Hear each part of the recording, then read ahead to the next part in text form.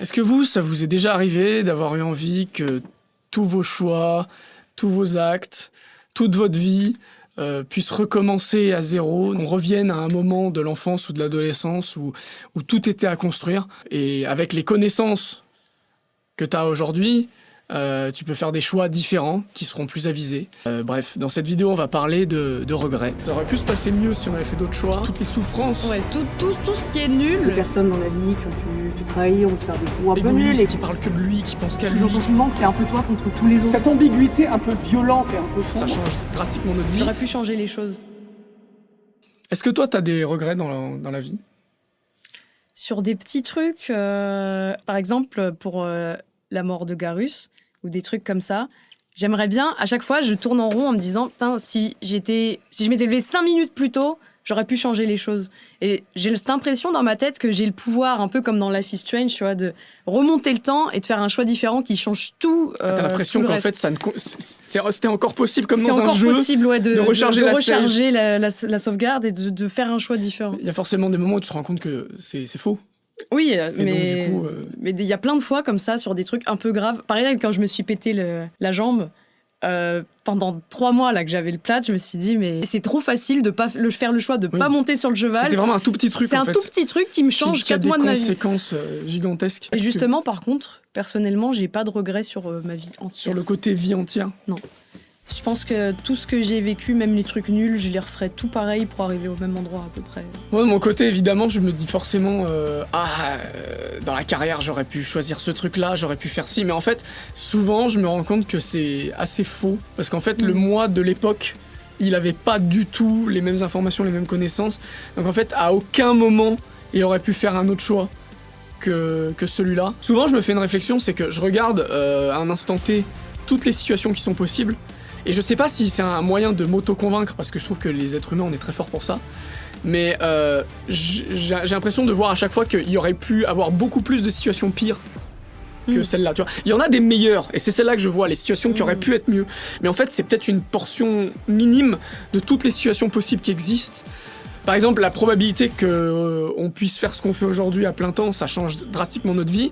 Et en vrai, il y a tellement de scénarios possibles où ça ne serait pas arrivé, quoi. Si je m'étais pas mis sur YouTube à tel moment, ou si s'était pas passé telle chose, enfin, ça aurait pu se passer mieux si on avait fait d'autres choix. Mais en fait, il y a peut-être une majorité de scénarios où ce serait passé moins bien, quoi. On va vous donner un peu de contexte. Début juillet sortait la chanson Ratata.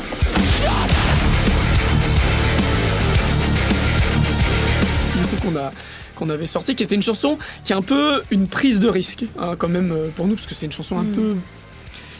elle est clivante, quoi. J'ai l'impression que les gens, soit ils la détestent, soit ils l'adorent, et les gens étaient... en lead aussi par rapport à d'habitude. Et je scream tout le temps, ouais. Ça, c'est très rare. Il y a très peu de chansons où je scream tout le temps. On a fait la Japan Expo début juillet. Du coup, on était vraiment en plus à côté de la scène, notre stand. Alors, notre stand était à côté de la scène, c'était un enfer, mais du coup, on entendait de la J-pop toute la journée. Et moi, je dois dire que ça m'a peut-être aussi un peu inconsciemment fait remonter ce côté J-pop en moi, que j'ai toujours eu, mais il y a un côté de moi qui a envie de faire un truc un peu japonisant. Et en plus, je déteste le mot japonisant, je sais pas pourquoi je l'ai dit. Et donc du coup, c'est vraiment à la sortie de Japan Expo que j'ai commencé à travailler sur la chanson Tout recommencer de zéro, en anglais Start Again from Zero.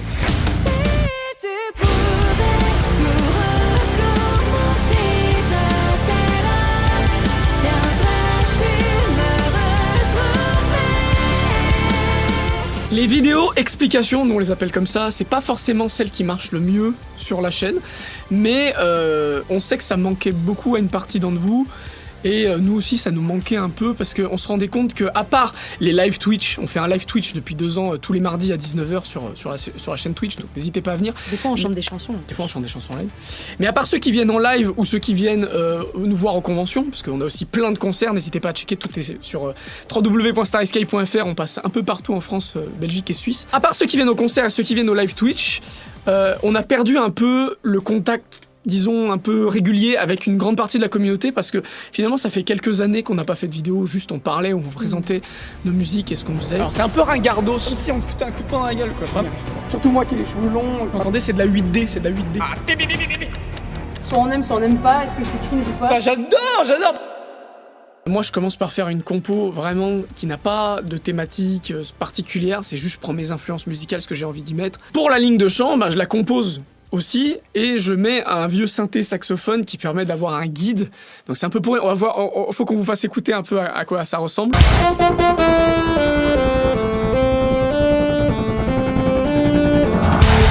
Voilà, ça pendant 2 minutes 30. Ok, alors on a notre enregistrement qui est là.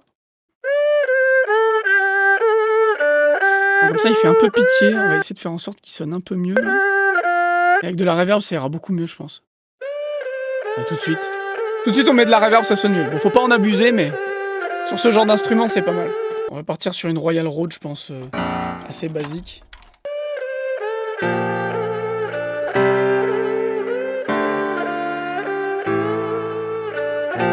Attends, là, je pense que le piano pourrait carrément faire des arpèges, en fait.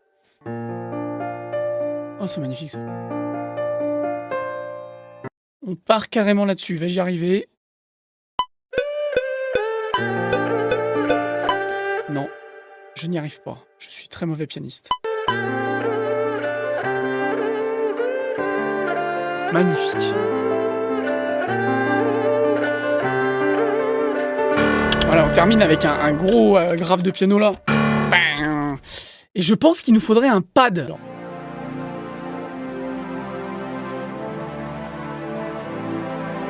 Ça pourrait... Ah, je sais. On va mettre des violons. On va mettre des violons qui prennent, mais qu'à partir de la moitié.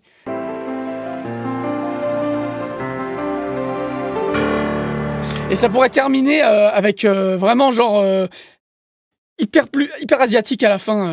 Vas-y, on va mettre des instruments asiatiques de folie. Aïe, aïe, aïe, aïe, aïe. Magnifique. Ah, tout ce qui nous manque, c'est un truc qui fasse du rythme. Alors, c'est un peu ringardos, mais là, on est un peu dans un délire, genre, je sais pas, J-pop des années 90. Il y a un côté un peu Eurobeat sur les bords, on pourra assumer le truc à fond. Boum. Oh, bon, voilà. Là, on est dans l'Eurobeat total, là.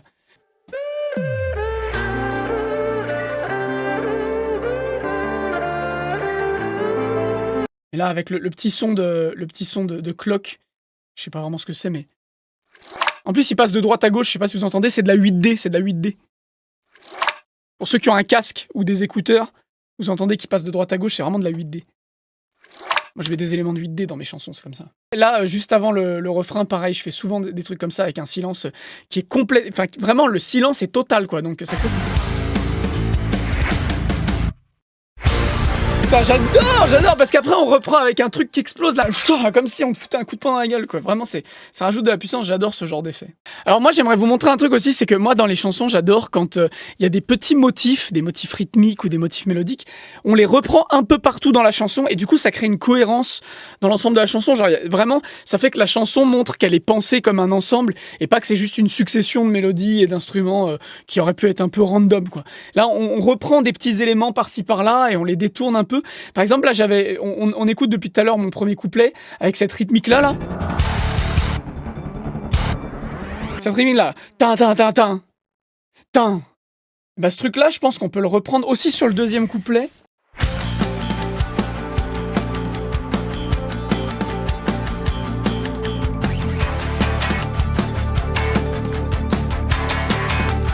Dans le deuxième couplet, ce qu'on pourrait en faire, c'est les mettre sur les violons. Ce serait les violons qui joueraient ce rythme.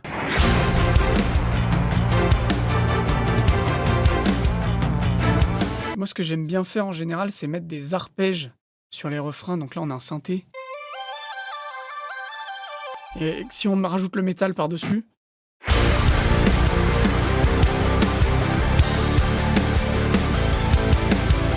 Ça pourrait carrément être repris par le gouzeng. Et c'est quand même une pinta finalement, donc ça fait un peu asiatique. Et du coup, ce motif-là, pareil, on peut le reprendre à plein d'autres endroits, ce petit motif-là. On va le mettre sur le couplet, mais le gouzeng va jouer plus grave, du coup. Cette fois-ci, il va jouer un octave en dessous. Je sais pas si vous entendez, tango. Et après, ce que j'ai fait sur le deuxième couplet, c'est que du coup, c'est la guitare qui reprend ce truc-là, mais qui le laisse résonner. C'est vraiment les mêmes notes.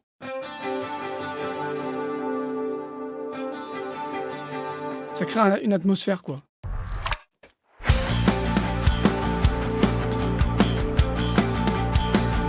Et du coup, sur ma moche part, je peux reprendre aussi ce motif-là. C'est-à-dire que là, on avait déjà le... Et là, on peut prendre le... Donc voilà, je prends des petits éléments et je les mets un peu partout dans le morceau, pris par d'autres instruments, dans un autre contexte, dans un autre arrangement. Je sais pas si les gens remarquent ce genre de détails que je mets dans les musiques, mais à chaque fois j'essaie de mettre des petits blocs qui reviennent. Ok, idée de ouf là, idée de ouf soudainement. Je veux que juste après la moche part, ça devienne encore plus violent et qu'on mette la dubstep. On va y aller violent en mode dubstep. J'ai mon moche part.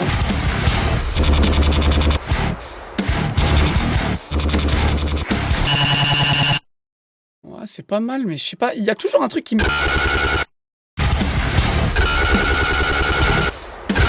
Ok, donc là, c'est bon, je me suis fait chier, j'ai trouvé 2 sons qui me plaisent pas mal. Ce que j'ai fait finalement, c'est que j'ai utilisé ma dubstep, mon riff de dubstep, pour faire ma transition entre l'intro et le premier couplet.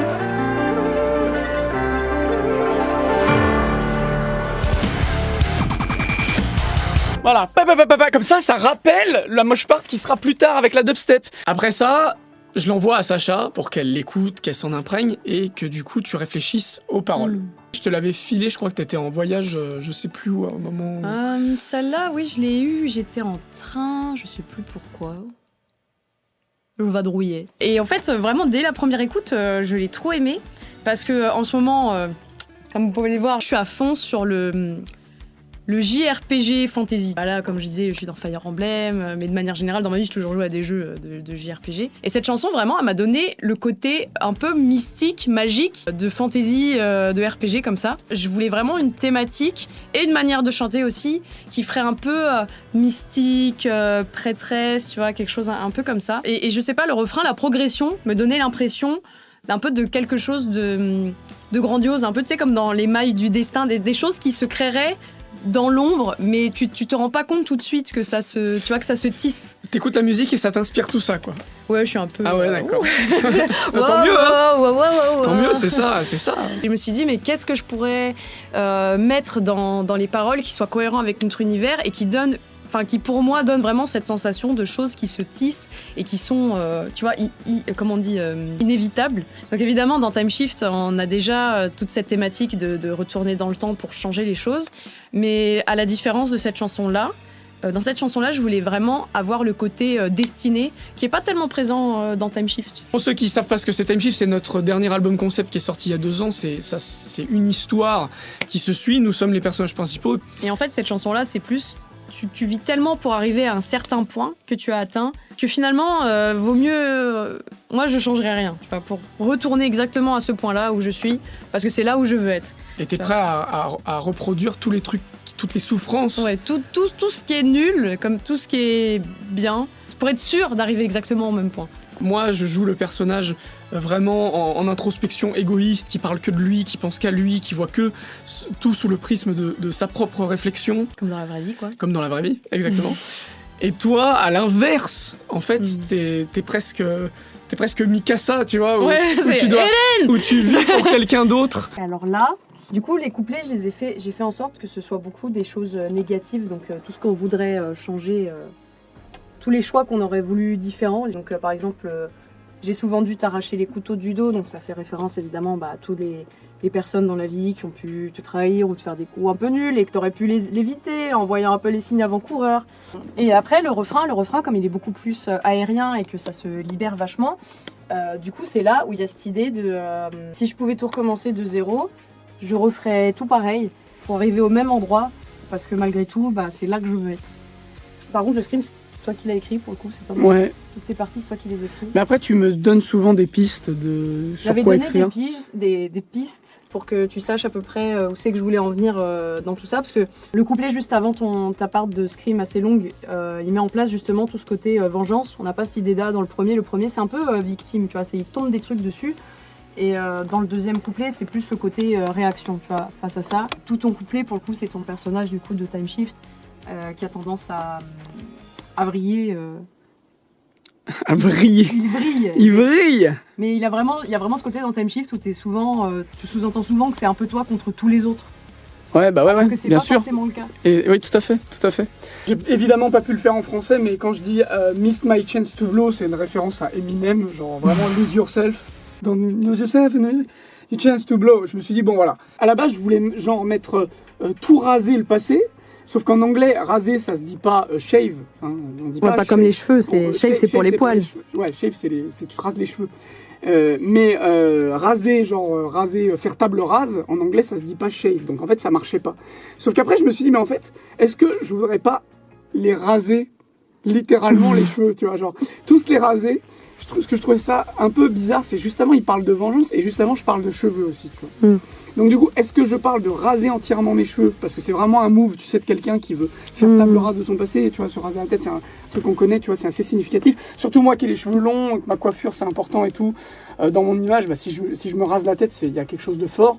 Donc en fait, on sait pas vraiment si ce que je dis, c'est est-ce que je me rase moi, est-ce que je rase d'autres gens.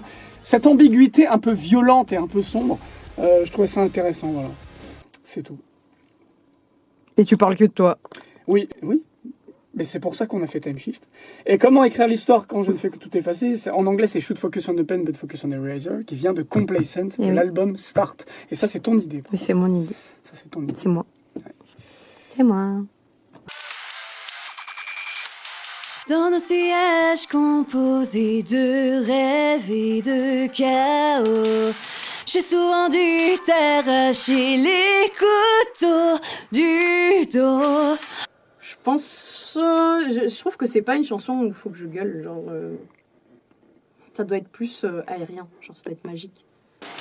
Dans nos sièges composés de rêves et de chaos, j'ai souvent dû t'arracher les couteaux du dos. Si tu pouvais tout recommencer de zéro. Je me dis. Take un peu. Soit on aime pas. Est-ce que je suis cringe ou pas? Je dirais pas zéro au lieu de zéro. Zéro. Ouais, genre en mode c'est un Zéro, genre on est japonais quoi. Ouais, mais pas forcément japonais. Zéro. mais même- Ou en italiano. Italiano, zéro, c'est- pasta, zéro. Toutes les langues mystiques enroulent les R, donc je me dis, tu sais, le côté un peu magique et tout, je sais pas, je trouve que ça donnerait un truc un peu mystique de dire zéro. Mais je sais pas si c'est cringe du coup. Bah, c'est toi qui vois, moi je pense qu'on peut essayer. Si tu pouvais tout recommencer de zéro, viendrais-tu me retrouver? Récemment, on fait toutes nos chansons en français et en anglais. Alors, l'album Time Shift est intégralement dans les deux langues. Il y a une version anglaise et une version française. Mais aussi, depuis qu'on a sorti Asterlian, donc Asterlian qui est la version anglaise du groupe International. International, et bah du coup, à chaque fois, on sort nos chansons en deux langues. La question souvent qu'on nous pose, c'est dans quelle langue tu commences en fait à écrire.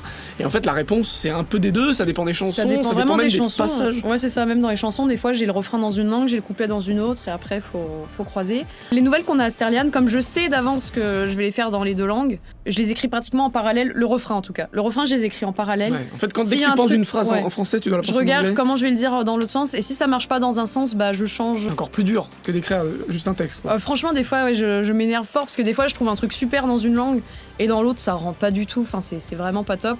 Et du coup, bah, je change tout en fait. Donc, j'abandonne l'idée que j'avais de base et puis bah, on recommence de zéro.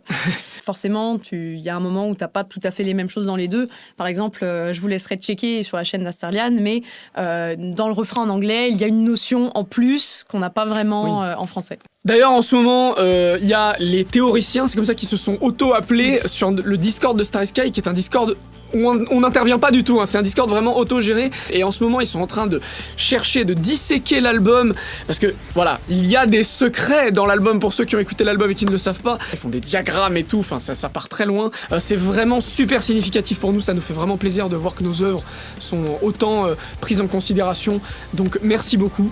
Et puis, si jamais vous voulez les rejoindre, eh bien, n'hésitez pas à aller sur le Discord pour leur donner un coup de main. Merci d'avoir regardé cette vidéo jusqu'au bout, j'espère que ça vous aura plu, et Si jamais ce genre de format vous plaît, n'hésitez pas à nous le dire dans les commentaires. Sinon, vous pouvez aussi venir en live tous les mardis à 19h sur notre chaîne Twitch. On met le lien dans la description comme d'habitude. Et venir nous voir évidemment en concert. Toutes les dates sont sur www.starsky.fr. On n'arrête pas d'en rajouter dès qu'on en a des nouvelles. Donc n'hésitez pas à revenir une fois tous les 2-3 mois, voir s'il y a des nouvelles dates qui sont arrivées. Et de toute façon, si vous nous suivez sur les réseaux sociaux genre Instagram, eh bien vous serez au courant dès qu'il y a des nouvelles dates. Vous pouvez évidemment écouter ou réécouter la chanson Starting Rain... N'importe quoi. Start Again From Zero en anglais sur Asterlian ou Tout recommencer de zéro en français sur Starry Sky, sur les plateformes de streaming Spotify, iTunes, Deezer, Napster, etc. ou sur YouTube Music même. Le clip sortira prochainement, là on est encore en train de le monter mais ça arrive très très vite et on espère vraiment en tout cas que la chanson vous aura plu. Dites-nous quelle est votre langue préférée également. N'hésitez pas, si ce n'est pas déjà fait, à vous abonner sur YouTube et également aux chaînes d'Asterlian puisqu'elles sont toutes neuves et qu'on essaie de démarrer ce projet encore. Donc si jamais vous n'êtes pas encore abonné à Asterlian, ça nous ferait super plaisir. On se retrouve la prochaine fois pour de nouvelles chansons et de nouvelles vidéos. Et d'ici là, passez une bonne semaine, une bonne vie. Ciao!